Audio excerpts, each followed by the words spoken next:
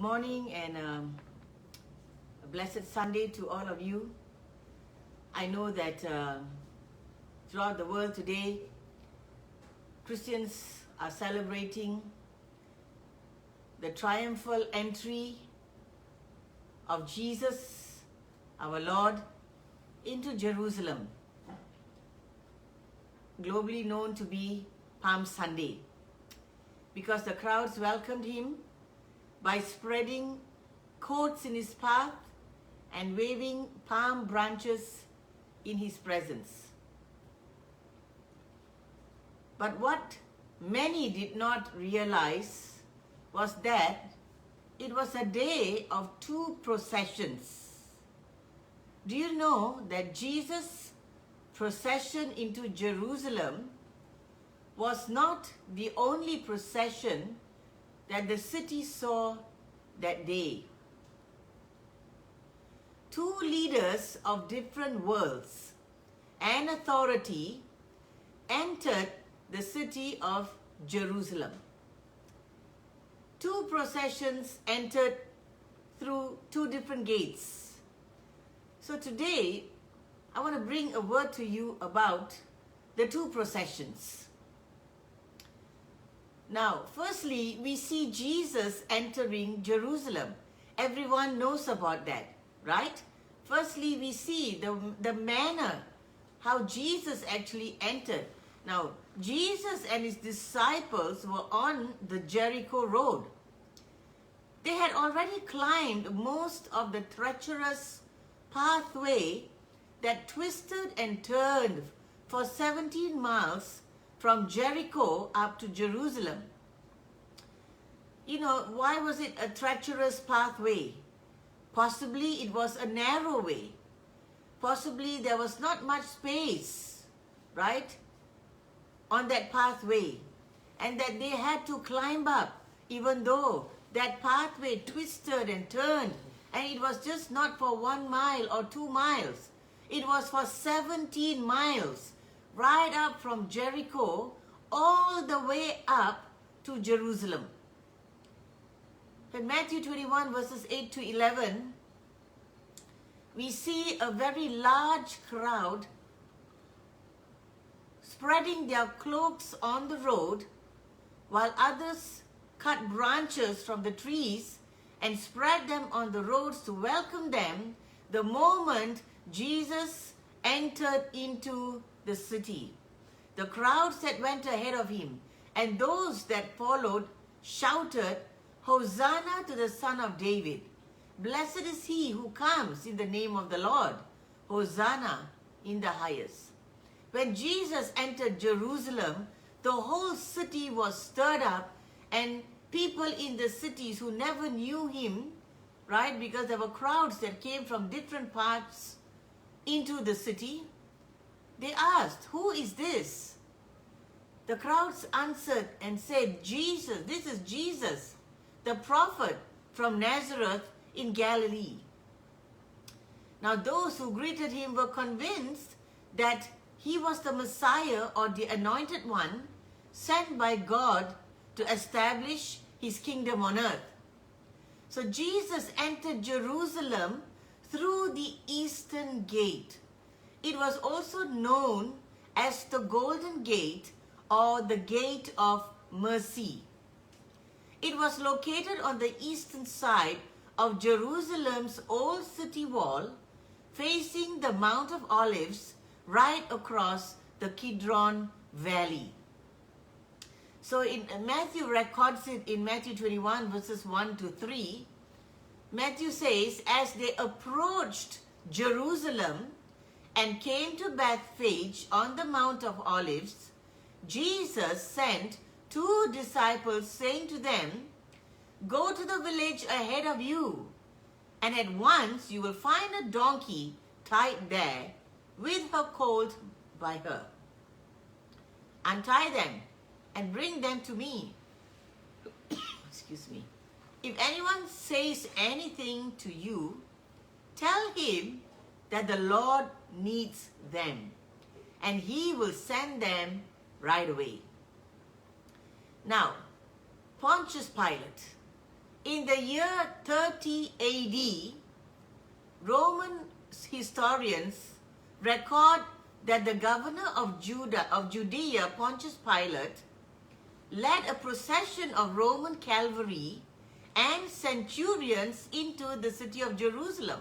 So it was not just Jesus who was coming into Jerusalem. At this time, Pontius Pilate, the great governor of Rome, led a mighty procession of Roman soldiers and centurions right into the city of Jerusalem too.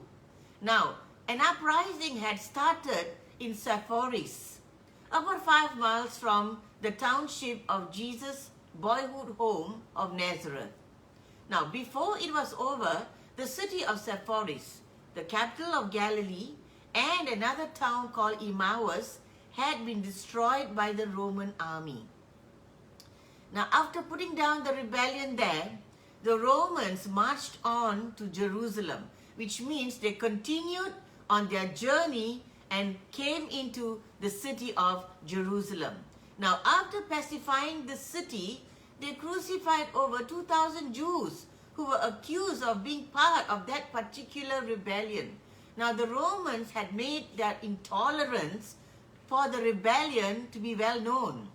And so on this occasion, Pilate had traveled with a big, huge contingent of Rome's finest from his preferred headquarters in Caesarea by the sea to the stuffy, crowded provincial capital of the Jews called the city of Jerusalem. But Pilate did not enter through the eastern gate. Pilate entered through the opposite gate called the western gate. Drummers beat out the cadence of march, for this was no ordinary entrance into Jerusalem. Pilate, as governor of the region, which included not only Judea, but the region of Samaria and Idumea, knew that it was a standard practice for the Roman governor of a foreign territory to be in its capital for religious celebrations. Now, it was the beginning of the Passover feast. It was a strange Jewish festival to the Romans, however, a strange Jewish festival that the Romans allowed nonetheless. However, the Romans must have been aware that this festival celebrated the liberation of the Jews from another empire many, many years ago. And that was the liberation of the Jews from the empire of Egypt, from the rulership of Pharaoh of Egypt, from the time of Moses. Now, the temple will be the center of Passover activity. There was a fortress called the Antonius Fortress, the Roman garrison built adjacent to the temple ground. Now that would serve as a good vantage point from which to keep an eye on the Jews. Now Pilate's entry into Jerusalem was meant to send a message to the Jews who were there and to those who might be plotting against the Roman Empire. The spectacle was meant to remind the Jews of what had happened the last time of a wide-scale uprising. And it was meant to intimidate the citizens of Jerusalem themselves, the Jewish people themselves, who might even think twice about joining such a rebellion if it occurred. So Pilate, the Roman governor, had to be in the city of Jerusalem. Now, number 2, the two processions displayed two contrasting kingdoms. The entrance of the bridegroom, the son of David, by the eastern gate, spoke of intentions far in contrast to that of Pilate and that of the Roman government. Jesus entered the eastern gate, also known as the Gate of Mercy or the Beautiful Gate. Now Jesus entered Jerusalem through this gate because he was fulfilling his divine mission mandate for being the mercy seat of God. Now the Greek word for mercy seat in Hebrews chapter 9 verse 5 means hilasterion. Now what is that word? That word explains the meaning of the word expiation or propitiation, carrying the idea of the removal of sin. And the Old Testament also records this in Ezekiel 43 verses 13 to 15. I will not go to that word, but you can actually check it out later. So Ezekiel also speaks of the brazen altar of sacrifice, which was also known as the hilasterion, the same word, or the mercy seat. Now the Jewish belief was that the Messiah will bring redemption to the Hebrew nation through the gates of Jerusalem. So Luke records it in his writings in Luke chapter 1 verses 78 to 79. He says, through the tender mercy of our God, with which the day spring from on high has visited us, to give light to those who sit in darkness and the shadow of death, to guide our feet into the way of peace.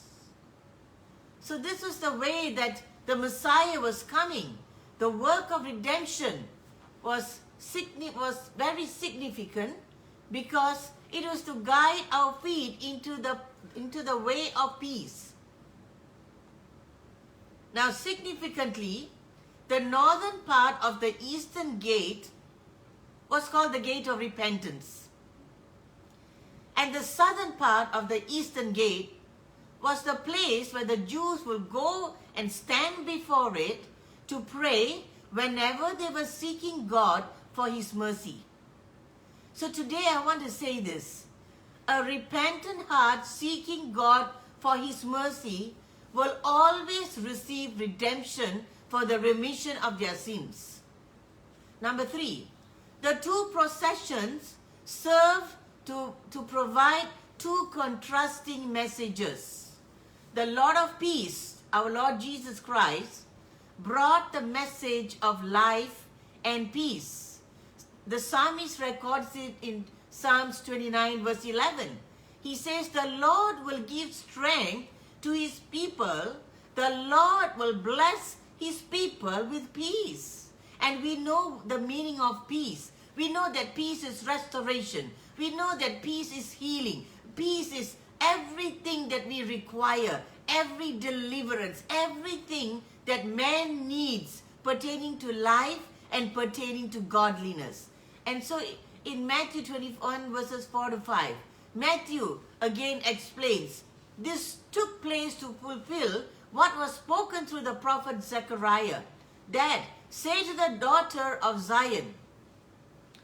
Matthew quoted from Zechariah chapter 9 verses 9. He says, see your donkey coming to you, gentle and riding on a donkey, on a colt, the foal of a donkey. He said this in Matthew 21 verses 4 to 5. Why? Simply because the people of Israel had always understood Zechariah's prophecy in chapter 9 verse 9, right? Referring to the Messiah, to God's anointed king. And where Zechariah had actually said, rejoice greatly, O daughter of Zion, daughter of Jerusalem. See, your king comes to you, righteous and having salvation, gentle and riding on a donkey, on a colt, the foal of a donkey. So Matthew, the apostle, actually spoke back and reconfirmed the words that were spoken by the prophet Zechariah. He brought back this message to the people of Israel because the message of Matthew was more towards the Jewish people and not to the world. Now today, we clearly understand that Jesus referred to Jerusalem as the daughter of Zion. That's why you see that word was spoken and saying, "O daughter of Zion, daughter of Jerusalem." So there was a threefold warning given by Jesus to the Jewish people. Now the Jewish people were expecting many things. The Jewish people were expecting things that was, relating to that of the Roman government judging their nation. But there was a threefold warning given by Jesus, right? What was that first warning? What Jerusalem expected, or what the Jewish people expected, would not take place. Now, what was Jesus referring to? He was referring to the political things that were going on in Jerusalem, right? And the people were actually looking out for some other things from this bridegroom who was entering the city of Jerusalem by the eastern gate. Now, secondly, Jerusalem's rightful king was coming just as how Jerusalem had expected.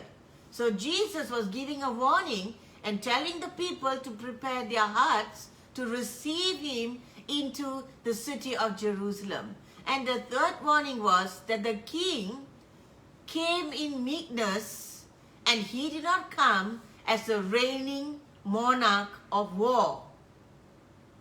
Now, Jesus did not enter Jerusalem as how mighty men and kings would have usually entered on a stallion, as how Pilate, the governor of Rome, entered Jerusalem. But Jesus entered through another way. He entered on riding on a colt. In fact, he was sitting on a colt. He was not even riding it, like someone riding a horse. Now, there was a divine mandate to be established and made known to the world, the people of Jerusalem and the Israelites, and that was the proclamation of his messiahship, his divine mandate. Now, the Lord of war brought a message of death. Now, this is in contrast to what I spoke earlier, right? Where the Lord of peace, our Lord Jesus Christ, brought the message of life and peace. But the Lord of war, Pontius Pilate, the governor of Rome, brought a message of death. In John chapter 19 verse 10, we see Pilate speaking to Jesus after he was taken in to stand before Pilate. Pilate said to him, "Do you refuse to speak to me? Do you not know that I have authority to release you and authority to crucify you?" So Pilate actually already brought a message. As he entered through the western gate, he had come in with a huge battalion of Roman soldiers on horses and Roman soldiers on foot. And not only that, he had come in with the finest of soldiers. They were many of them were the centurion soldiers. And we know what centurions actually do. Now, at this time, we know that it was the time of the Passover feast, right? And the temple will be the center of the Passover activities. So now Pontius Pilate had to come in because he had to keep the place out of any sort of uprising or prevent any kind of rebellion. So he entered the city not as how Jesus entered, in peace, but he entered the city as a world potentate, a man of war, a conquering king, as a leader of an army to kill, to injure, and to maim the rebellious. He came to show that his kingdom did not tolerate disobedience. His kingdom did not tolerate any kind of rebellion. His kingdom refused to accept anything short of obedience. So what was that? That was the Roman code. War was at the back of Pilate's mind, ready and prepared for an uprising should one begin in the city of Jerusalem. Swords would be raised against swords to put flesh to death. in the most cruelest forms of punishment. That means, what did he speak about? He was actually laying the foundations that punishment will come forth. Bloodshed and war will ensue thereafter. So Pilate had to be in Jerusalem, but he entered through the opposite gate, the western gate. Now, specific instructions were given for two specific kingdoms. Jesus gave specific instructions to the disciples because it was a specific ministry, and thereby he spoke to his disciples in Matthew 21, as I quoted earlier, verses 1 to 3. As they approached Jerusalem and came to Bethphage on the Mount of Olives, Jesus sent two disciples, saying to them, "Go to the village ahead of you, and at once you will find a donkey tied there with her colt by her. Untie them and bring them to me. If anyone says anything to you, tell him that the Lord needs them, and he will send them right away." Now they brought the donkey and the colt and placed cloaks on them, and Jesus sat on them. Now, however trivial this errand may have seemed to be, it had a great significance to Israel at that time and to the world at large after everything had occurred. Now, first of all, we must understand something. The colt was a noble animal in ancient times. It was used by kings and by their emissaries. It was used as a beast of service to carry the burdens of men.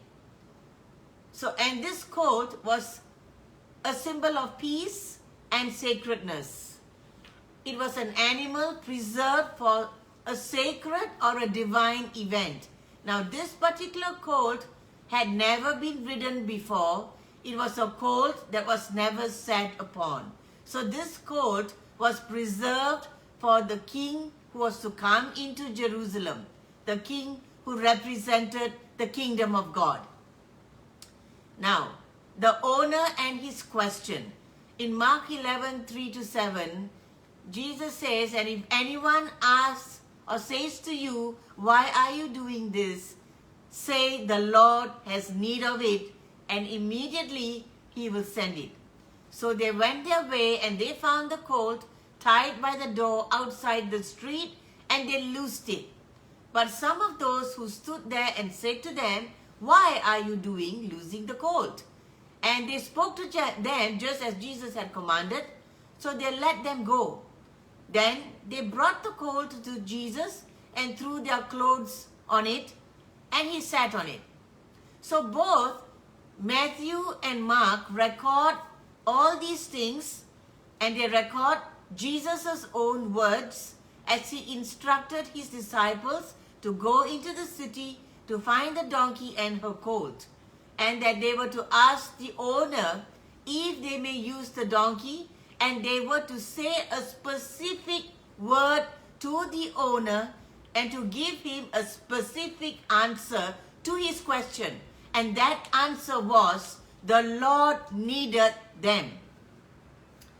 So Jesus dramatically demonstrated two messages to the people here. Firstly, he was unquestionably the promised king. He was unquestionably the Messiah. He was unquestionably the savior of the people. At this triumphal entry, the demonstration of the rightful king, the victorious king, who is also the gentle king, was seen as he entered the city in glory, in pomp, in ceremony, sitting on a donkey and her gentle colt, riding through the eastern gates and entering into the city with all celebration. Now, that is why Matthew recorded this in his account to the Jewish people, reminding them of the sign of the Messiah, thus confirming the fulfillment of the Old Testament prophecy that was recorded in according to what Zechariah had spoken. When Jesus mounted the donkey, it was not just any ordinary donkey, but it was specifically a purebred donkey, which brought forth also a purebred colt, just as how the prophet Zechariah had promised. He was presenting himself as Israel's promised king. And by his actions, Jesus was saying, "Behold, thy king cometh unto thee." And the Jewish people knew their word. They knew the word of God. And many people in the crowd would have remembered the words of Zechariah and recognized what Jesus was doing. And some of them may have even remembered that when Solomon became Israel's king, in the time of David, before David passed away, he was presented on the donkey of his father David. So we see a similarity. Remember, Jesus was called the Son of David, right? He was called the Son of David. So we see that. Now, Jesus, secondly, was not coming as a conquering king, as how Pilate came into the city of Jerusalem. But Jesus came into the city as the people's burden bearer. He came to serve men. He came to bear their burdens for them. Therefore, as Jesus rode into the Kidron Valley, there were people in front of him. There were people behind him. There were people all around him. They were waving palm branches and throwing down their robes to make a procession of praise. They kept shouting and shouting, "Hosanna to the Son of David. Blessed is he who comes in the name of the Lord. Hosanna in the highest." Now, palm branches were used because they were an ancient symbol of victory and celebration. Now, we must always remember that everything that is recorded in the Bible has great significance and great meaning. There's not just simply for the sake of, waving something, but palm branches were an ancient symbol of victory, ancient symbol of celebration. In fact, the prophetess Deborah, when she ruled Israel, she sat under, the huge palm tree. She sat under it, and she actually counseled and brought judgment and, gave sound counsel to the people of Israel by sitting under the palm branches. That is how she actually brought the counsel to them. Now, even we know that, Solomon, when he built the temple, right, he actually, he made engravings of the palm branches. Why? Because palm branches were symbolic. They were symbolic of victory.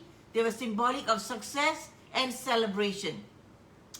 And we also see in the book of Revelation, chapter 7 verse 9, where the Apostle John records and says, "After this I looked, and there before me was a great multitude that no one could count, from every nation, from every tribe, people and language, standing before the Lamb.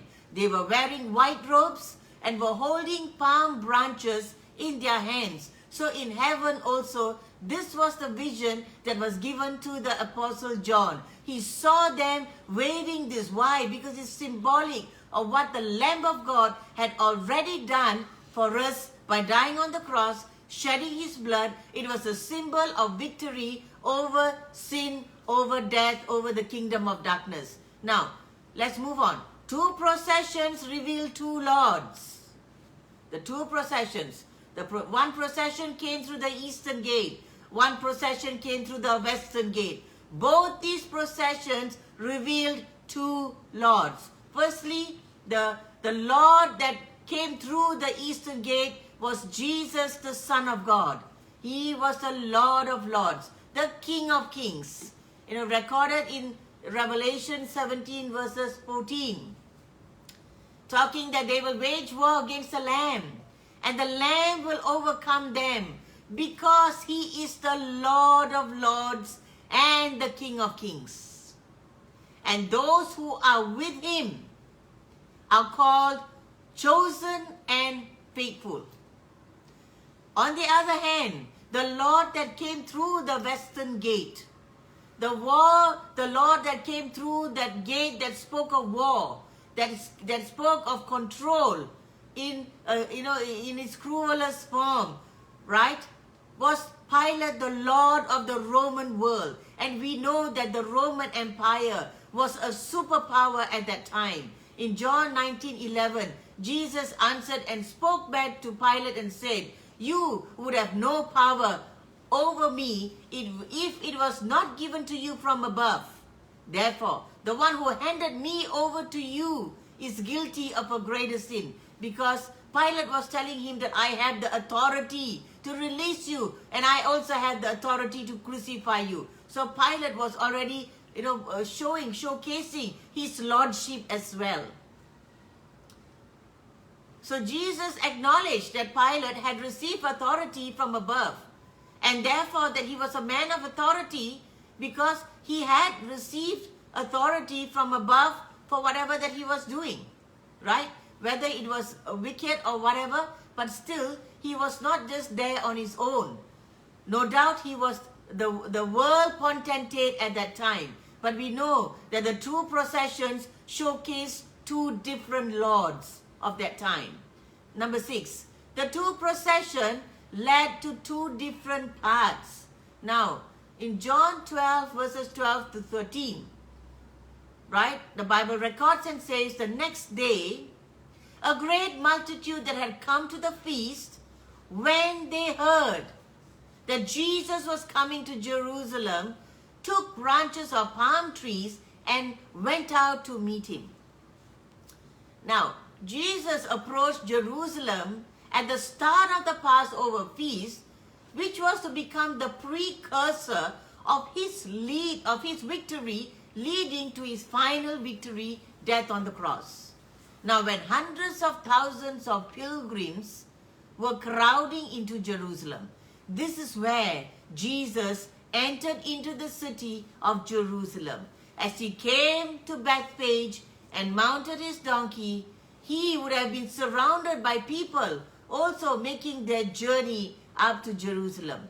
Now, when he entered the top of the Mount of Olives and looked over the city of Jerusalem, he would have seen crowds of people streaming out the city gates.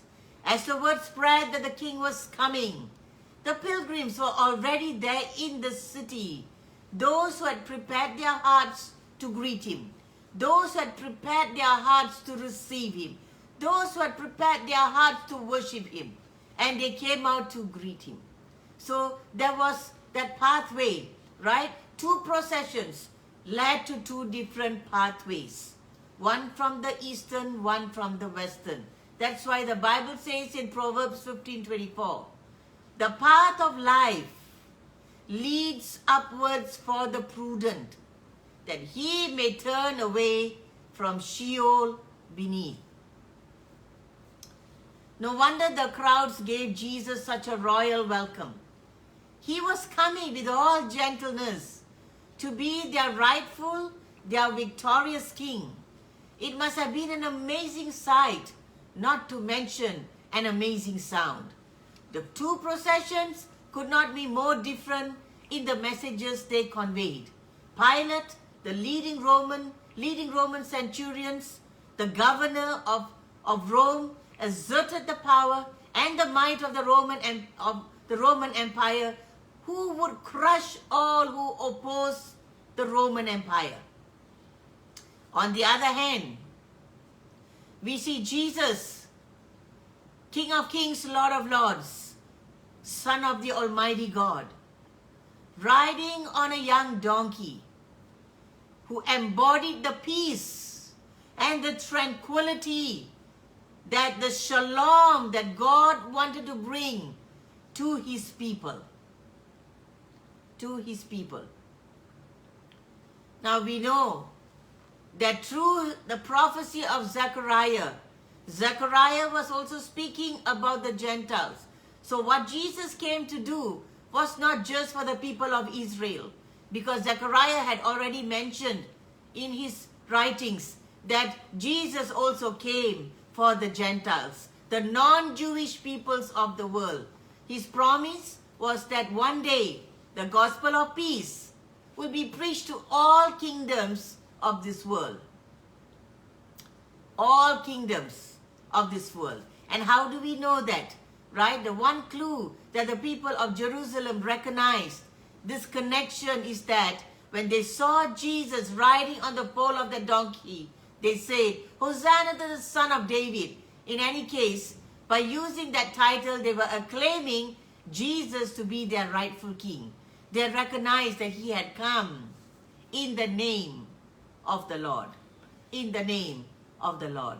Now let me bring this to you. This promise was fulfilled with the coming of Jesus, the Prince of Peace.